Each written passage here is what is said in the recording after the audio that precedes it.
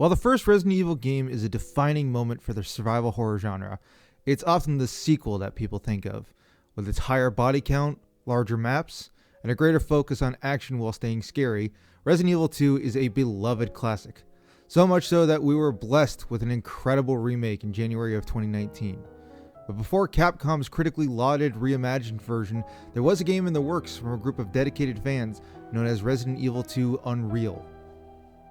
Capcom asked the team at Invader Games to pull the plug on Resident Evil 2 Unreal, which they actually happily obliged with, saying they were grateful for Capcom to be remaking Resident Evil 2 themselves. Undeterred and with a bit of experience, they decided to forge ahead on their own, creating an entirely new game as a love letter to Capcom's classics.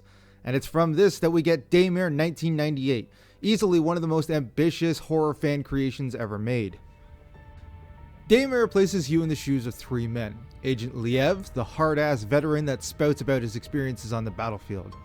Agent Raven, the rookie helicopter pilot who finds himself trying to survive a situation way over his head.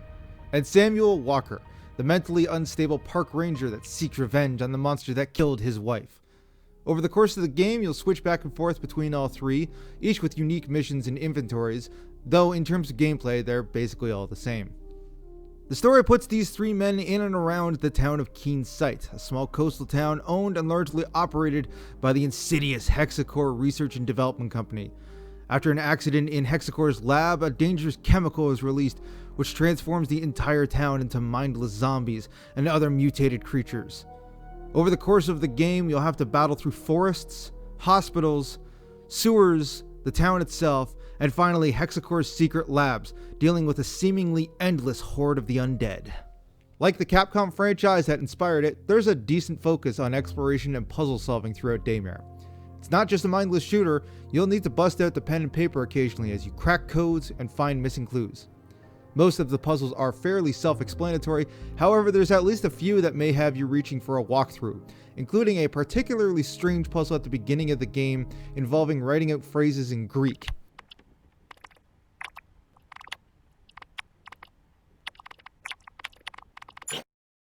Overall though, none of them were ever so bad as to stop the game dead, and they serve as a nice change of pace from fighting zombies. That said, the combat in Daymare is pretty great. Unlike the Resident Evil games, on normal difficulty at least, most zombies can be felled with just 1 or 2 headshots, and they rarely get back up. This avoids the annoyance of unloading an entire magazine into an enemy only for them to get right back up again. The balance here though is that you're more consistently fighting zombies. There's really not that much downtime. I actually found myself preferring this over Resident Evil as it felt like there was a greater sense of progression, like I was really thinning out the horde. Daymare's attempt at a combat gimmick is the magazine system. Weapons like the submachine gun or various pistols need magazines in order to work, meaning you'll need to keep these topped off to make sure you don't run dry in a fight. When reloading, you'll have the option of a quick reload, which drops the magazine entirely, or taking the extra second to carefully swap the magazines out. It's an interesting idea in theory, but it rarely comes into play, especially if you're like me and you just use the inventory system to top yourself off between fights. There's also just not a great variety in weapons. Each character gets a basic pistol, which you'll be using for most of the time as the ammo is fairly plentiful. Aside from that, there's shotguns for blasting heavier targets, and then usually some sort of hand cannon like a Desert Eagle or a Magnum revolver. It would have been nice to see a greater list of weapons, maybe more guns that use the magazine system as mentioned, but what's here does work well enough. All that aside, combat is very enjoyable. Controls feel fluid and responsive, and lining up headshots was a breeze. And let me tell you, Daymare is all about the headshots.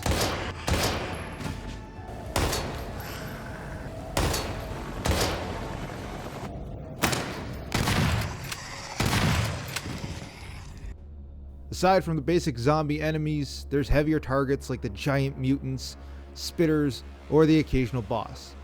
All of them die in the same way, line up the headshot, and watch as the ugly weirdo falls down. It's incredibly satisfying stuff, and it really never gets old.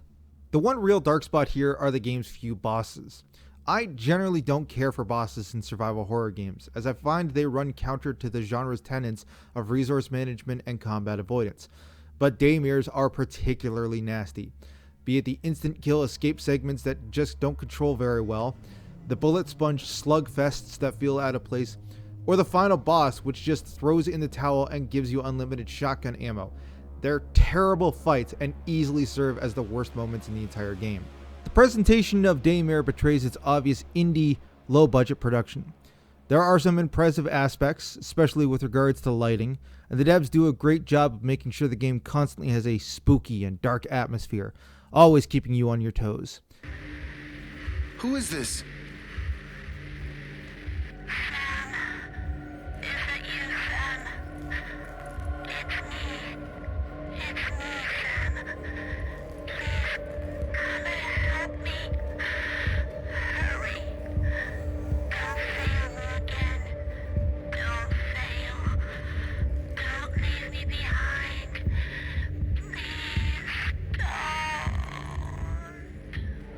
Gameplay looks fine, but all the big issues with the Unreal Engine are at play here, with muddy looking character models, texture pop-in, and sluggish animations.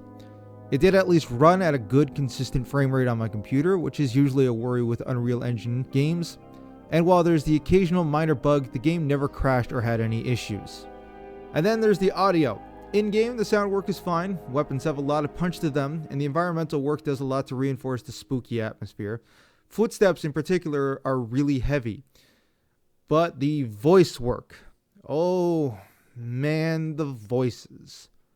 Hey, Doc. I'm out here. Now let me in. Oh my, Mr. Walker, welcome back. What I do is bide in the shadows, where I can strategically exploit the most vulnerable pawns. Liev to mission control. PLX 731 sample secured. En route to second helipad for extraction. Do you copy? Thank God. Looks like he made it out after all. But where did he go?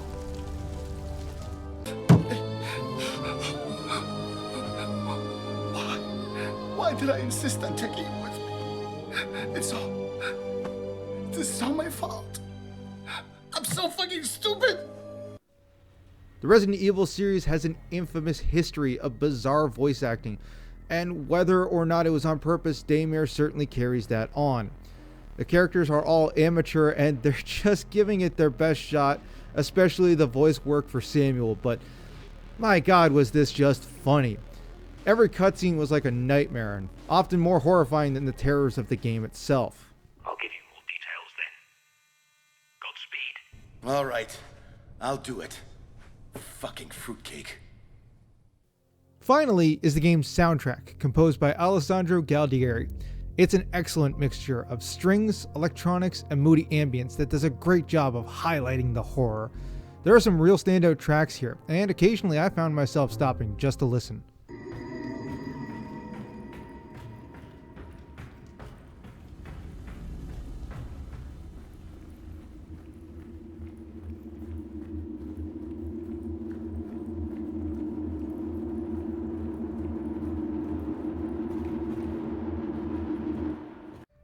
As a love letter to the Resident Evil games, Daymare is laudable. It's a game that deeply understands its own source material, even if it does occasionally stumble on how to actually execute it. And while it may not totally satisfy Resident Evil purists, there's plenty here on offer for fans of the genre looking for a new, fresh perspective.